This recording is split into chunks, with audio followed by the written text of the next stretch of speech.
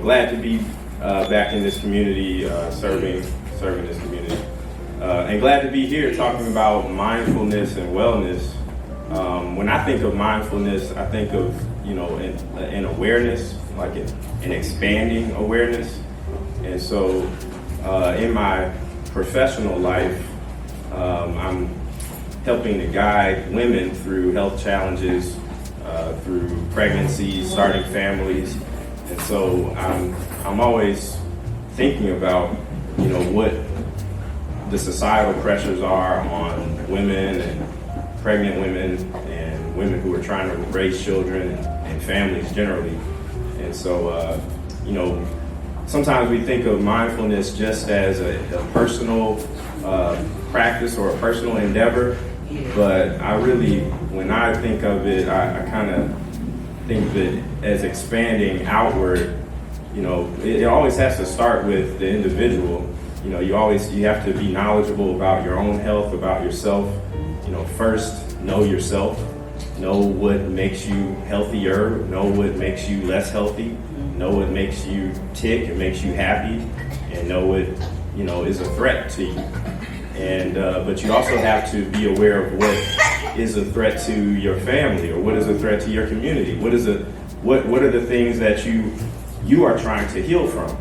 What are the things that you need to protect your children from, so that they don't have to deal with these same traumas that we may be struggling with? And so, I think of this as a practice of continuing to expand awareness. We talk about wokeness. Mindfulness is just maybe a less controversial word for that. But when we expand it to the community, it becomes this wokeness. And sometimes we get a negative connotation with that. But no, it's really helpful to be aware of how your decisions and what you do in the world affects other people, and how what other people are doing in the world may affect you.